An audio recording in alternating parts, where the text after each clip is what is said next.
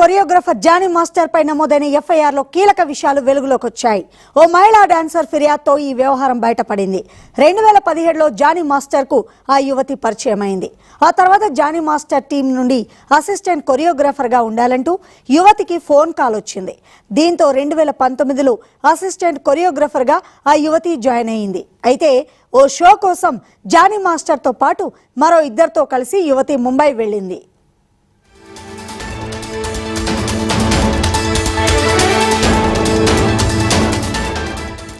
ముంబైలోని హోటల్లో Johnny master అత్యాచారం చేశాడని యువతి ఆరోపించింది. విషయం ఎవరికీ చెప్పొద్దంటూ బెదిరించాడని, షూటింగ్ సమయంలో చెప్పినట్లు వినకపోతే అసభ్యకరంగా ప్రవర్తించేవాడంటూ పోలీసులకు ఫిర్యాదు చేసింది.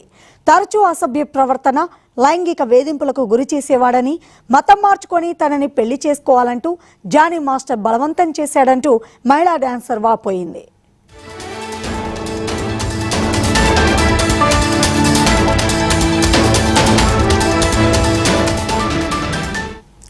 మహిళా డాన్సర్ ఫిర్యాదుతో రాయదుర్గం పోలీసులు కేసు నమోదు చేశారు. తనను లైంగికంగా వేధిస్తున్నాడని, అత్యాచారంతో పాటు బెదిరించి కొట్టారని మహిళా డాన్సర్ ఆరోపిస్తోంది.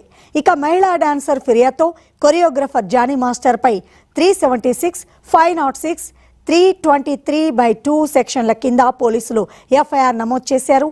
ఇక నార్సింగి పిఎస్కు జానీ మాస్టర్ కేసు బదిలీ చేశారు.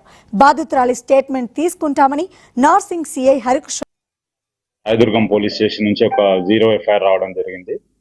అక్కడ ఒక victim age about 21 to 22 years, ఈ ఫిలిం ఇండస్ట్రీకి సంబంధించిన కొరియోగ్రాఫర్ ఎవరైతే జానీ మాస్టర్ ఎవరైతే ఉన్నారో ఆయన ఆమెని సెక్సువల్ గా అబ్యూజ్ చేసినట్టుగా, థ్రెటనింగ్ చేసినట్టుగా, వర్క్ ప్లేస్ లో థ్రెటన్ చేసినట్టుగా, సెక్సువల్ అబ్యూజ్ చేసినట్టుగా మాకు 0 ఎఫ్ఐఆర్ అయ్యి మాకు ఇక్కడికి రావడం జరిగింది. మాకు ఇక్కడ నిన్న మేము కూడా ఇక్కడ ఎఫ్ఐఆర్ చేసినాము. దాంట్లో ఇన్వెస్టిగేషన్ చేస్తున్నాము. యాజ్ పర్ ఇన్వెస్టిగేషన్ వచ్చిన ఎవిడెన్స్ ని బట్టి ఫర్దర్ గా ప్రొసీడ్ అవుతాము. దీంట్లో విక్టిమ్ ఎవరైతే ఉన్నారో విక్టిమ్ ఎగ్జామిన్ చేయాల్సి ఉంది, ఎవిడెన్స్ కలెక్ట్ చేయాల్సి ఉంది. As per evidence collected evidence further investigation proceed. Work place లో సో సెక్సువల్ అబ్యూజ్ చేసినట్టుగా, తర్వాత థ్రెటన్ చేసినట్టుగా కంప్లైంట్ ఇవ్వడం జరిగింది. దాన్ని బేస్ చేసుకొని మేము ఇన్వెస్టిగేషన్ చేస్తాం. అది ఇన్వెస్టిగేషన్ లో భాగంగా చేస్తాం. ముందుగా ఎవిడెన్స్ కలెక్ట్ చేసుకొని ఆ ఎవిడెన్స్ బేస్ చేసుకొని ఏముందో ఫర్దర్ గా ప్రొసీడ్. లేదు, ముందు మేము ఎవిడెన్స్ కావాలి కదా, విక్టిమ్ ని ఇచ్చే ఎవిడెన్స్ ని బట్టి, ఆమె స్టేట్మెంట్ ని బట్టి ఏముంది. ఇదే అంశానికి సంబంధించి మరింత సమాచారం మా క్రైమ్ కరెస్పాండెంట్ దుర్గేష్ అందిస్తారు. దుర్గేష్, జానీ మాస్టర్ పై యువతి ఏమని స్టేట్మెంట్ ఇచ్చింది, అసలు ఏంటి కథ? తెలుగు సినిమా ఇండస్ట్రీ పాపులర్ అయినటువంటి జానీ మాస్టర్ తనతో పాటు పనిచేసినటువంటి కొరియోగ్రాఫర్ ఉన్నటువంటి ఓ యువతి, అంటే నార్త్ ఇండియన్ సంబంధించినటువంటి యువతి ఎవరైతే ఉందో తన లైంగిక వేధింపులకు గురి కావడం పరిస్థితి. తను ఆల్రెడీ డి షోలో ఏదైతే ఉందో 12 డి షోలో వచ్చినటువంటి తరుణంలోనే పరిచయం అయింది. ఆమెకు ఆల్రెడీ అసిస్టెంట్ కొరియోగ్రాఫర్ నుంచి కొరియోగ్రాఫర్ గా చేసి తనను ఆల్రెడీ పెళ్లి చేసుకోవాలని చెప్పి, మత మార్పిడి చేసుకోవాలని చెప్పి రకరకాలుగా ఇబ్బందులకు గురి చేశానని చెప్తున్నా. ముంబైకి ఇది అవుట్డోర్ షూటింగ్ తీసుకెళ్లి అక్కడ కూడా అత్యాచారానికి హోటల్లో పాల్పడ్డాడు అని కంప్లైంట్ చేసిన పరిస్థితి. అదేవిధంగా ఇక్కడ ఇంటి దగ్గరకు వచ్చిన తర్వాత కూడా బెదిరింపులకు పాల్పడ్డాడు అని చెప్పిన పరిస్థితి. మాకు ఒక 3-4 days క్రితం కూడా ఒక పార్సల్ వచ్చింది.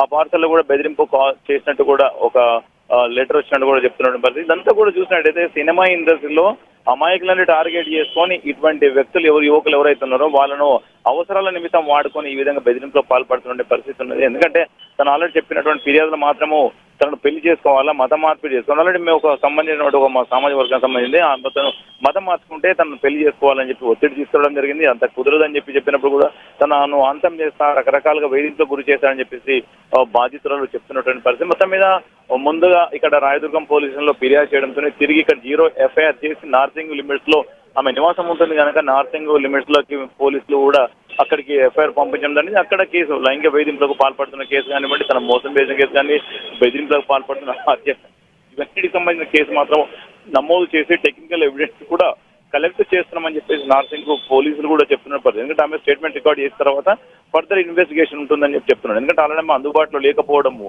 జరిగింది. ఎందుకంటే ఆల్రెడీ ఆమె వచ్చి కంప్లైంట్ ఇచ్చింది. అంతా కూడా చూసినట్టయితే ఫోన్ లో మాట్లాడితే ఆమె 2 days తర్వాత ఆమె ఊరు నుంచి వచ్చిన తర్వాత స్టేట్మెంట్ రికార్డ్ తో పాటు కూడా టెక్నికల్ ఎవిడెన్స్ కూడా అన్ని కూడా పోలీసులకు అందిస్తానని చెప్తున్నట్టు పోలీసులు చెప్తున్నారు.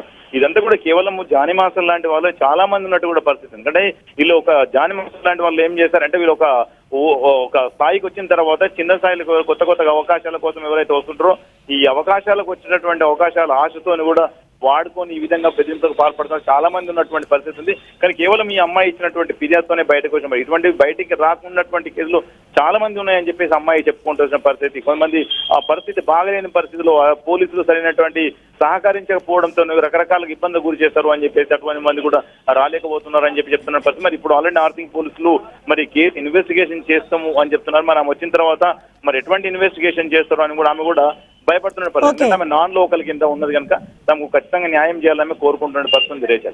Right, thank you Durgesh.